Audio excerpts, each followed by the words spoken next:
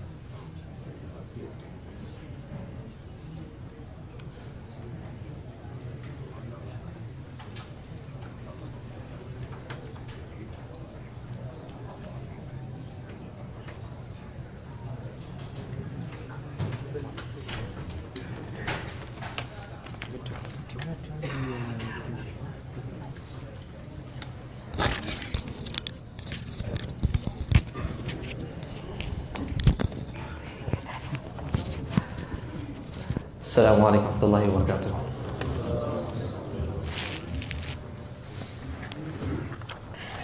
الله أكبر الله أكبر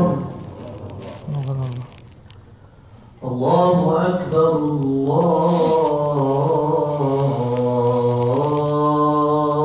الله أكبر. أشهد أن لا إله إلا الله.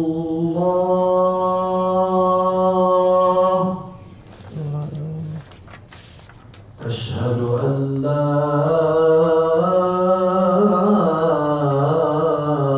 إله إلا الله.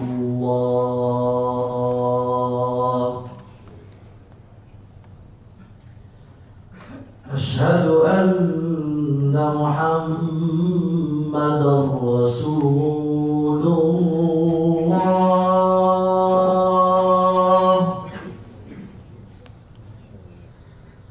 أشهد أن محمدًا رسول الله.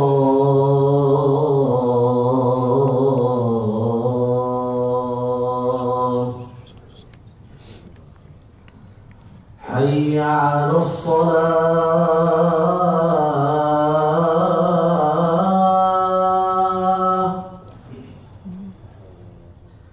حي على الصلاة.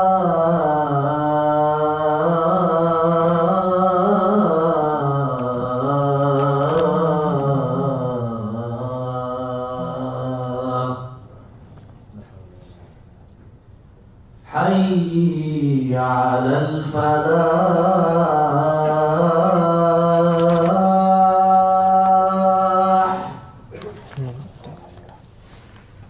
حي على الفلاح.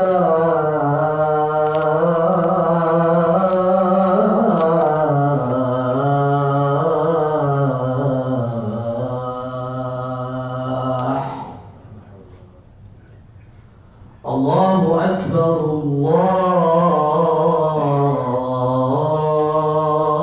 الله أكبر. لا إله إلا الله.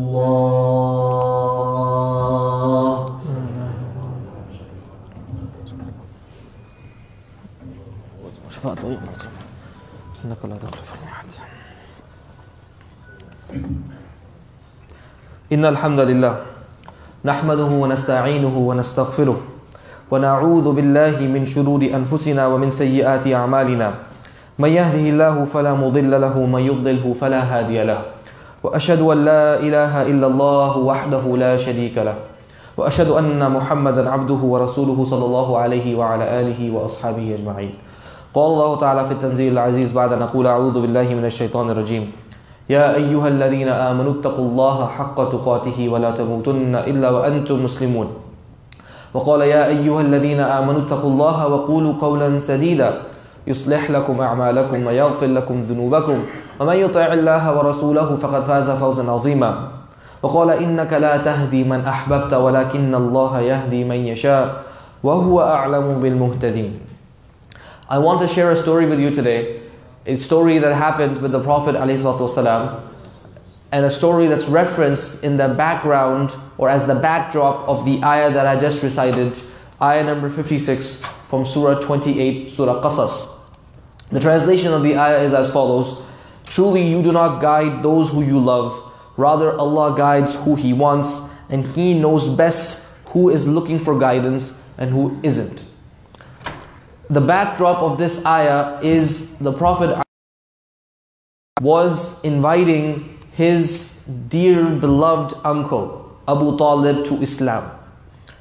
And this was in the last moments of the life of Abu Talib, the last moments of his life as he was about to pass away. The description of it goes as follows: لما حضرت وفاة أبي طالب أتاه رسول الله صلى الله عليه وسلم. When it was time for Abu Talib to pass away, he said to him, يا عماه قل لا إله إلا الله أشهد لك بها يوم القيامة. The Prophet said to his uncle, "O my dear uncle, say La ilaha illallah. Testify that there is only one deity worthy of worship, that's only Allah. And then if you say that, then I will have something to argue on the Day of Judgment on your behalf. I will be the one testifying that you are a believer on the Day of Judgment. Just give me this at least. Say La ilaha illallah." And as the Prophet ﷺ is reminding his uncle of this in his very last moments, next to Abu Talib, next to the Prophet's uncle, is sitting Abu Jahl. Next to him sitting is Abu Jahl. Next to him is another leader of Quraysh. And they are telling Abu Talib, they tell Abu Talib, are you going to leave the way of Abdul Muttalib? Are you going to leave the millah of Ashyakh? Will you leave the legacy, the way of your forefathers? And this battle is raging. The Prophet is telling his uncle, "Ya uncle, say La ilaha illallah." And Abu Jahl is saying, "You're going to leave the religion of your father? You will leave our religion before you die?" And this continued until Abu Talib said that لولا أن تعيرني بها قريش يقولون ما حمله عليه إلا جزع الموت لأقررت بها عينك. He said, oh my nephew, if it wasn't that Quraysh would say, this man gave in the last moments of his life, and they would criticize me, call me weak. If that wasn't the case, I would have surely accepted Islam. I would have made you so happy. But he died saying, على ملة الأشياخ على ملة عبد المطلب. He died saying that I'm not a believer. And at that moment, Allah subhanahu wa ta'ala revealed this verse that you do not guide who you love. It is Allah who guides who He wants. This story or this incident in the backdrop of this ayah is narrated in many books of seerah, and there's many things that we can learn from this. And I want to focus on three main lessons that we can extract from this particular really saddening story. Firstly, we have to understand who Abu Talib was. The uncle of the Prophet. Who was this man? Maybe you know, maybe you don't know. He was the brother of the Prophet's father. He was the elder brother of the Prophet's father. The Prophet's father, as you know, Abdullah, passed away before the Prophet was born. While he was in the womb of his mother, his father passed away. So Abu Talib was the man who acted as the father for the Prophet ﷺ. After the Prophet's grandfather passed away, Abu Talib was the man who took the Prophet ﷺ in his home and raised him like a son. Raised him like his very own son. The Prophet ﷺ lived with him from when he was 6 years old until when he was a grown man and he married and moved out. So literally, the Prophet ﷺ grew up in this house. Abu Talib not just raised him as a son, but also established the Prophet ﷺ as a businessman. We have narrations where Abu Talib would go to Ash-Sham, the area of the Levant, and he would go there for business and trade, and the Prophet ﷺ would be accompanying Abu Talib and learning from his uncle the tricks of trade and business. And through this actually is how he got married to Khadija. Because Khadija radiallahu anha saw that here's a young man who's a trader from Quraysh, and he's a noble and honest man of integrity, and she proposed to the Prophet ﷺ and they got married. But despite knowing the Prophet ﷺ better than any one of us would ever know the Prophet ﷺ, literally nobody knew the Prophet ﷺ better as a human being than Abu Talib did. Because the Prophet ﷺ literally grew up in front of his eyes. Despite knowing him that well, this man still did not accept Islam. This is a man who would say about the Prophet ﷺ, he was a very eloquent poet. He would compose these beautiful lines of poetry about the Prophet ﷺ. He would say, فَوَاللَّهِ لَوْلَا أَنْ أَجِيَ بِسُبَّةٍ تَجُرُّ عَلَى أَشْيَاخِنَا فِي الْمَحَافِلِ لكن اتبعناه على كل حالة من الدهر جدا غير قول التهازل لقد علموا أن ابننا لا مكذب لدينا ولا يعنى بقول الأباطل. Very beautiful lines of poetry in which he says that we all know our son, the Prophet ﷺ, is a man of truth. We know he never tells lies. We know also he's never wrong. وَلَا يُعْنَى بِقَوْلِ الْأَبَاطِلِ. When he says something, he's right. We know that. Yet, he did not accept Islam.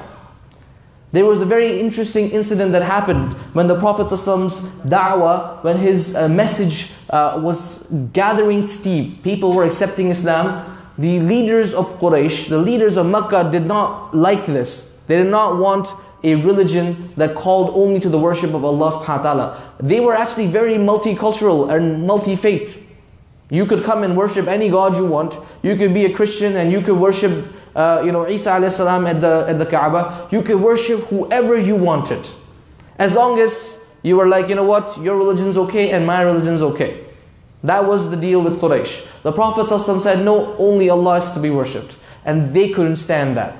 So when that momentum or that da'wah was gaining momentum, they came to the Prophet ﷺ's uncle Abu Talib. And they said, oh Abu Talib, you better stop your nephew. You better stop your nephew. إِمَّا أَن تُخَلِّيَ بَيْنَنَا وَبَيْنَهُ فَنَكْفِيَكَهُ. Stop him or we're going to do something about it. So Abu Talib now, cornered by these leaders of Makkah, does what? Speaks to his nephew. Says, oh nephew, can you do something about this? The Prophet ﷺ replied in a very beautiful way to his uncle. He said, oh uncle, لو وضعوا الشمس في يميني والقمر في يساري ما تركت هذا الأمر حتى يظهره الله. He says in a very iconic statement, if they were to place the sun in my right hand and the moon in my left hand, I would not stop calling people to this cause. Meaning, it doesn't matter what material promises they make, if they want me to become the leader of Quraysh, they want to give me money, I don't care what they offer. That's not my intent. My intent is to call people to the worship of Allah subhanahu wa ta'ala. Even if they gave me the whole world, I'm not stopping. At that moment, Abu Talib had a very difficult choice. Do I stick by my nephew, even though I'm not the same religion as him? I don't accept the religion that he is following and preaching. Or do I step away from this conflict and let him deal with the people of Quraysh? It's a very difficult decision. But he made the courageous decision to step in between the Prophet ﷺ and Quraysh. And he warned Quraysh, if you dare touch my nephew, it's war. Even though me and you are of the same religion, I'm going to fight you if you come and do something to my nephew. He stood up and defended the Prophet ﷺ and protected the Prophet ﷺ from harm in that very difficult moment, in those very difficult years. Even to the point where the people of Makkah gathered to lay a siege against Abu Talib and his clan, Banu Hashim, and they were literally starving to death. Still, this man did not give up the Prophet ﷺ at the expense of his own life and own being. And he is not even a Muslim. And he would say things like, وَاللَّهِ لَن يَصِلُوا إِلَيْكَ بِجَمْعِهِمْ حَتَّى وَسَّدَ فِي التُّرَابِ دَفِينًا فَاصْدَى بِأَمْرِكَ مَا عَلَيْكَ غَضَاضًا وَأَبْشِرْ وَقَرَّ بِذَاكَ مِنْكَ عُيُونًا وَدَعَوْتَنِي وَعَرَفْتُ أَنَّكَ نَاصِحِي لَقَدْ صَدَقْتَ وَكُنْتَ ثَمَّ أَمِينًا وَعَرَضْتَ دِينًا قَدْ عَرَفْتُ بِأَنَّهُ مِنْ خَيْرِ أَدْيَانِ الْبَرِيَّةِ دِينًا. Allahu Akbar. He said, no one can touch you.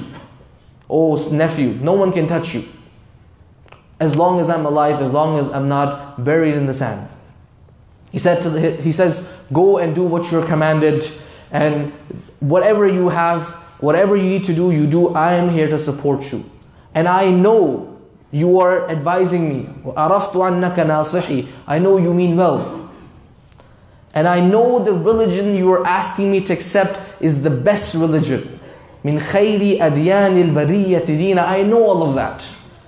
But لَوْلَا الْمَلَامَةُ أَوْ حَذَارِ مَسَبَّةً لَوَجَدْتَنِي سَمْحًا بِذَاكَ مُبِينًا. What if it wasn't that I was afraid of what people would say? But people will blame me. People will say, this man gave up his religion. He was weak. If it wasn't for that, I would have gladly accepted your faith. This was this man. This was Abu Talib. He knew the Prophet ﷺ better than anybody else. He protected the Prophet ﷺ through thick and thin. To the worst imaginable circumstances, he protected the Prophet ﷺ. And you could argue he gave up his life to protect. He knew Islam was the truth, as well as, if not better than anybody else who has ever lived. Because he knew the Prophet ﷺ better than anybody else. He saw the truthfulness from his own eyes. And not just the Prophet, his own sons, Ja'far radiallahu anhu, Ali radiallahu anhu. All of them accepted Islam in front of his eyes. So he knew 100% what the message was all about. But the lesson that we can extract from this, brothers and sisters, is number one. This gift that we have of Islam, Allah gave it to us. He didn't give it to the Prophet's uncle. He gave this gift. We have to value it, brothers and sisters, by being thankful to Allah. وَأَمَّا بِنِعْمَةِ رَبِّكَ فَحَدِّثْ. We have to value this gift by being grateful to Allah subhanahu wa ta'ala. When you fast, that's an act of gratitude. Any good deed a person does, that's an act of gratitude. When Allah subhanahu wa ta'ala talks about our faith in the Quran, وَأَمَّا بِنِعْمَةِ رَبِّكَ, ask for the gift of your Lord, فَحَدِّثْ. Then be thankful about it. Talk to people about it. Spread the good that is in it. We have to, brothers and sisters, see this religion not as a burden, not as something that makes our life difficult. We have to understand how incredible of a gift it is and how lucky and blessed we are to have received it. When the Prophet's uncle, who did far more than any one of us could ever do, didn't get that gift. We have to understand its value. Allah subhanahu wa ta'ala says to Dawood alayhi salam in the Quran, He says, اِعْمَلُوا آلَ دَاوُودَ الشُّكْرَ وَقَلِيلٌ مِّنْ عِبَادِيَ الشَّكُورِ. He says to Dawood alayhi salam, Wallah. The اِعْمَلُوا آلَ دَاوُودَ شُكْرًا. The word shukran here is linguistically what's called مَفْعُولٌ لَهُ. It's, it's in the status of nasb. It has two fathas, shukran. And there's a reason, that the reason provided for that is, it's maf'ulun lahu. Why are you being thankful? It's because you want to be, why are you doing something? I'malu. Why are you doing things that are acts of or manifestations of faith? The answer to that question, the why behind it is shukran, to express gratitude. To express gratitude for being chosen to be a part of this ummah. To be chosen to have accepted Islam, or to have been given the gift of Islam. To express our gratitude. The Prophet ﷺ would express his gratitude in the most incredible way. He would pray, إِذَا صَلَّى قَامَ حَتَّى تُفَطِّرْ رِجْلَاهُ. He would pray until, like, why do you have to go that far? Why do you have to pray for that long when you're already a person of paradise? That's a factual statement. And the Prophet says, Ya Aisha, أَفَلَا أَكُونُ عَبْدًا شَكُورًا. Should I not be a thankful, grateful servant to my Lord? Should I not be a thankful, grateful servant to my Lord?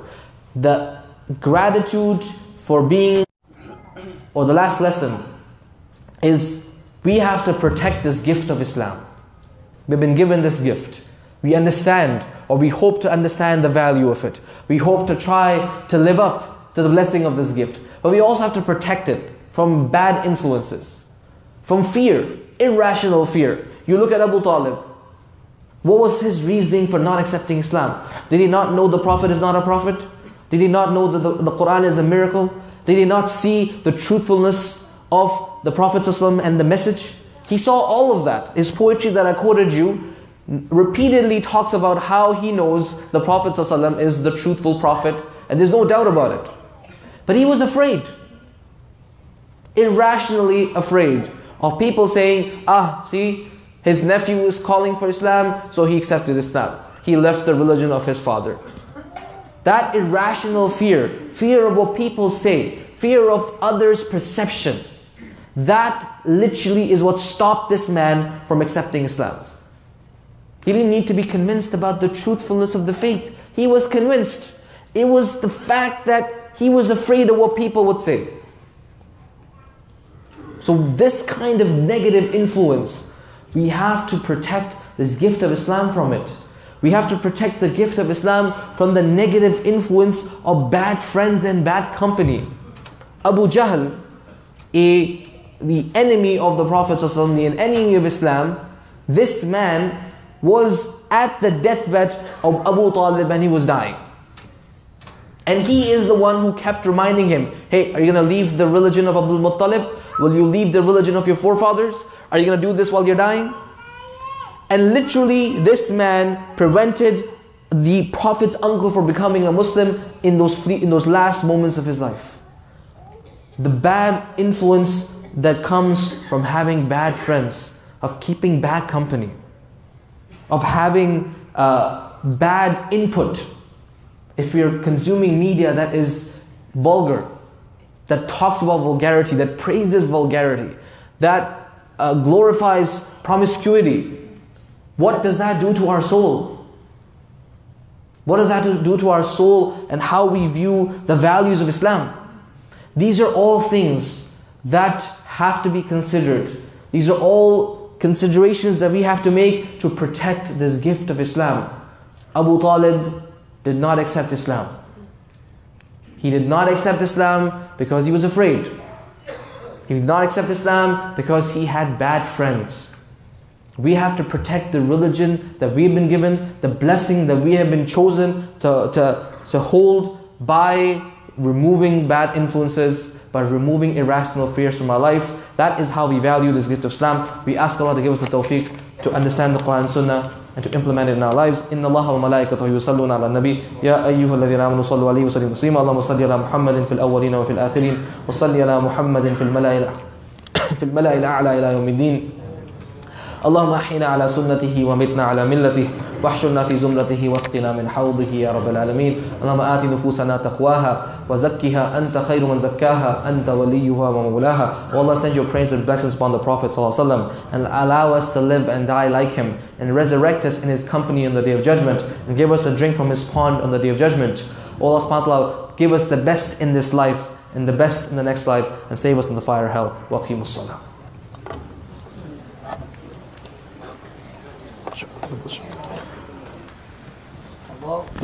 Sorry.